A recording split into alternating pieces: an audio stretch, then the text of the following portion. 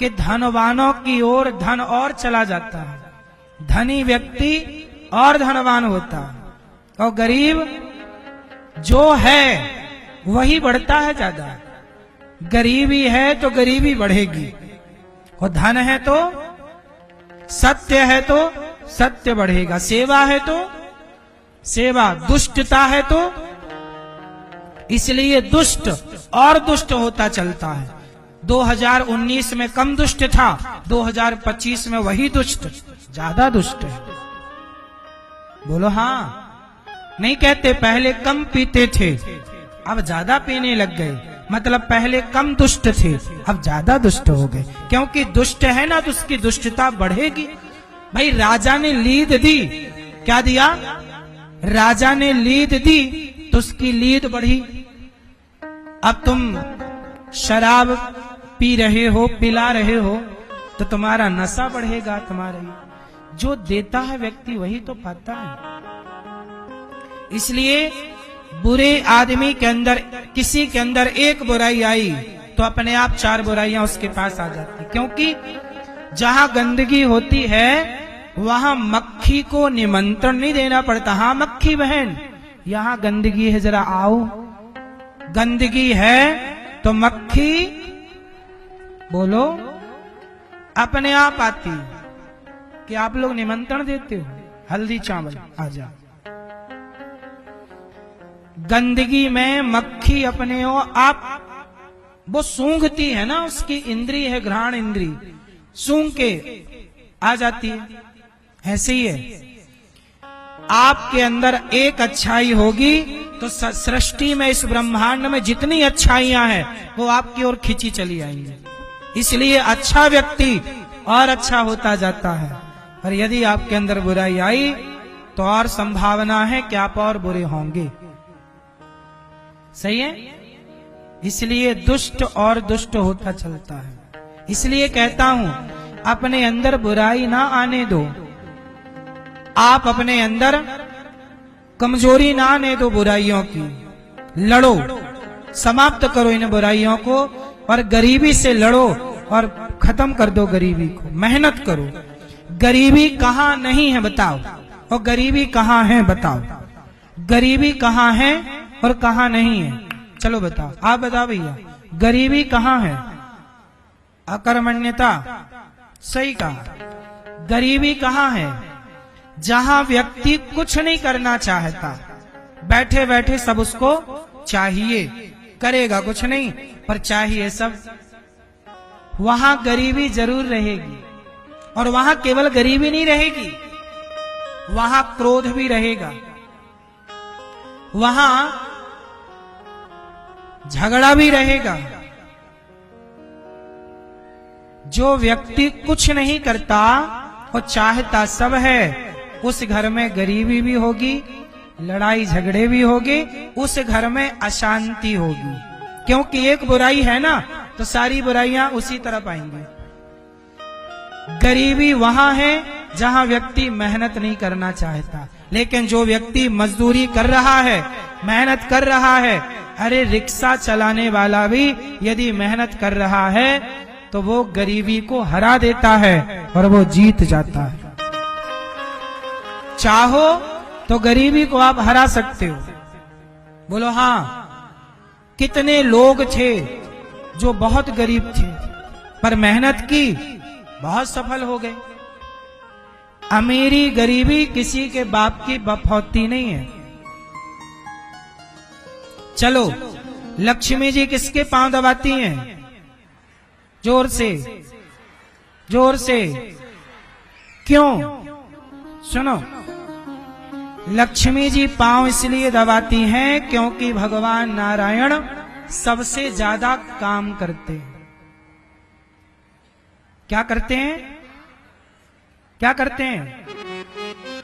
ब्रह्मा बनकर सृष्टि उत्पन्न करना, विष्णु बनकर पालन करना, शिव बनकर संहार करना, हर क्षण काम करते हैं भगवान। भगवान यदि काम करना छोड़ दें तो लक्ष्मी जी पांव दबाना छोड़ देंगे। ये मैसेज है समाज के लिए कि जो पुरुष काम करता है लक्ष्मी उसके चरणों में रहती है। जो व्यक्ति कर्मठ है, काम करने वाला है, लक्ष्मी उसके चरणों में रहेगी। वो काम नहीं करोगे तो बुद्धि भ्रष्ट हो जाएगी, एक एक रुपया को परेशान हो जाओगे। सच बताओ, लक्ष्मी कर्म करने वाले के पास है कि अकर्मण्य लोगों के पास? जो व्यक्ति जितना कर्मठ होगा, कर्मठ समझते हो? कर्मठ मतलब मेहनत करने वाला, रोज नया सोचने वाला, रोज नई प्लानिंग वाला, रोज नई ऊर्जा के साथ घर से निकलने वाला, उसके पास लक्ष्मी कम नहीं है, उसके पांव पे पड़ी है लक्ष्मी।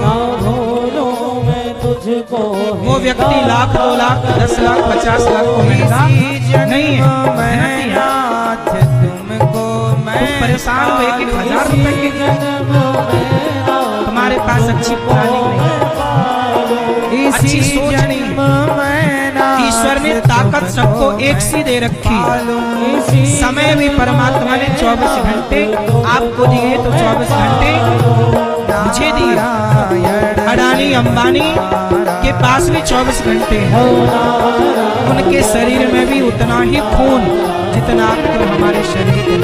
उनके शरीर में भी 206 हड्डियां और हमारे शरीर में भी 206 हड्डियां। ईश्वर की संरचना सबकी एक सी है, ईश्वर की व्यवस्था एक सी है।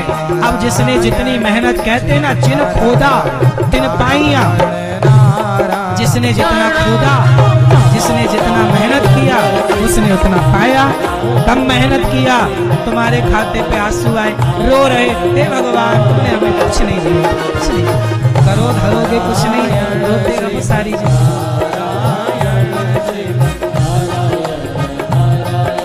इसलिए लक्ष्मी जी पांव दबाती हैं। किसके? पुरुष तुम भी कमाओ, तुम्हारी पत्नी भी तुम्हारी सेवा ना करे, तुम कुछ करते नहीं, निठल्ले पड़े हो घर पे, तो पत्नी काहे को पांव दबाएगी? अरे कुछ काम करो, कुछ नहीं, पैसे वैसे कमाओ, अच्छे से रहो, फिर पत्नी आएगी रोज दूध लेके, लो ताजा गरम केसर वाला दूध पियो, लाओ पांव में तेल लगा। फिर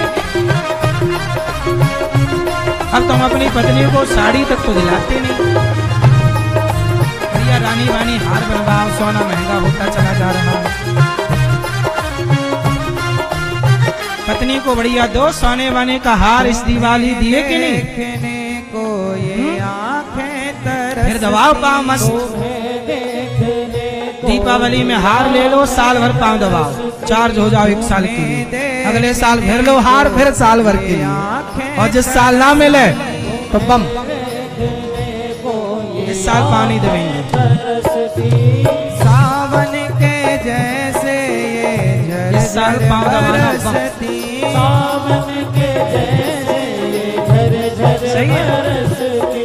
सावन के कुल मिला के देखो, ये हमारे यहाँ हमारी संस्कृति ना, हमारे मंदिर भी, हमारे यहाँ मूर्तियाँ भी, प्रतिमाएं सब कुछ सिखाती है। आप ना सीखें तो अलग से।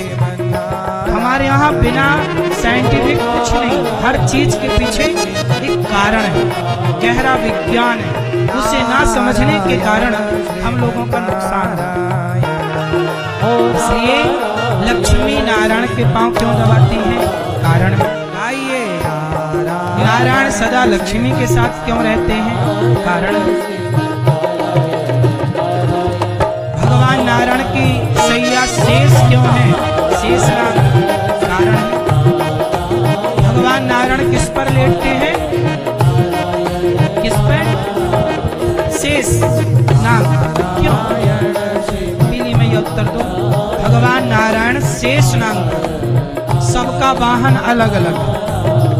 दुर्गा जी शेर पर, शंकर जी नंदी पर, गणेश जी चूहे पर, ब्रह्मा जी कमल पर,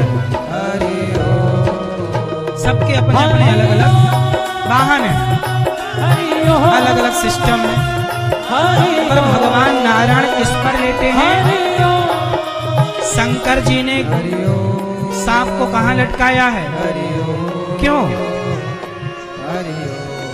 भगवान नारायण के पांव कहाँ रहते हैं? शेष भगवान पर। एक चरण लक्ष्मी जी की गोद में और एक पांव शेषनाग भगवान की गोद में। तो शेषनाग भगवान की गोद में भगवान के चरण हैं, तो भगवान के चरणों का स्पर्श शेषनाग को हुआ, इसलिए नाग को शंकर जी ने अपने गले में धारण कर लिया कि प्रभु के चरणों का स्पर्श इस नाग को मिला, इसलिए यहाँ ताकि प्रभु का स्पर्श मुझे प्रतीत होता है। चलो शेषनाग पर क्यों लेते हैं भगवान नारायण, ये 10वां वाली भैया बताइए। ना भूलूं मैं कुछ आप भी बताओ। हे दाता दयालु, नहीं गुस्सा हो क्या मेरी माँ? ये भैया बताएंगे फिर। ना भूलूं मैं तुझको हे दाता दयालु, क्यों लेटे हैं भगवान शेषनाग पर? इसी जन्म में नाथ तुमको भगवान नारायण शेष पर इसलिए लेते हैं क्योंकि जब सृष्टि में प्रलय होता है इसी जन्म तब कुछ नहीं रह जाता, शेष कौन रह जाता है? शेष नारायण रह जाते हैं, इसलिए नारायण ही शेष है, इसलिए वो शेष पर लेटे हैं। बात समझ में आई? इस सृष्टि में जब कुछ नहीं रहता तब कौन रहता? नारायण श्रीमन्नारायण, तब नारायण रहता, तो शेष कौन बचा? नारायण, इसलिए वो शेष पर लेते हैं। शेष वही रहेंगे, कोई शेष ना रहेगा। जब पृथ्वी में पानी पानी कुछ नहीं, तब शेष भगवान। फिर भगवान चाहते हैं कि सृष्टि हो, तब फिर भगवान ब्रह्मा विष्णु की उत्पत्ति करते हैं। जब प्रलय होता है ना, तो ब्रह्मा विष्णु शिव भी भगवान में लीन हो जाते हैं, सब भगवान नारायण के भीतर रहते हैं, शेष भगवान नारायण शिव। आपको पता है सब बात? ये सृष्टि जब महाप्रलय होता है तब सब कुछ भगवान श्रीमन नारायण के भीतर समाहित होता है। इसलिए आपने देखा होगा जब सृष्टि होती है तो भगवान नारायण की नाभि से पहले कमल निकलता है, फिर कमल में ब्रह्मा जी प्रकट होते हैं। आया ना? भगवान नारायण की नाभि से ब्रह्मा, कमल, कमल पे ब्रह्मा, फिर ब्रह्मा के भ्रकुटी से भगवान शिव प्रकट होते हैं। और भगवान नारायण का एक रूप हो जाता है विष्णु, तो भगवान नारायण की 3 शक्तियां प्रकट हो जाती हैं, ब्रह्मा विष्णु महेश। ये तीनों को सब काम सौंप के भगवान विश्राम करने लगे। ये आंखें तरसती, अखंड विश्राम, और आंखें बंद करके वो सब देखते रहे कहाँ सावन। और जहाँ जरूरत पड़ी, जब भगवान शिव से नहीं संभलता, जब ब्रह्मा जी से नहीं संभलता, तब भगवान संभालने के लिए भगवान श्रीमन नारायण कभी नृसिंह बन के प्रकट हो जाते।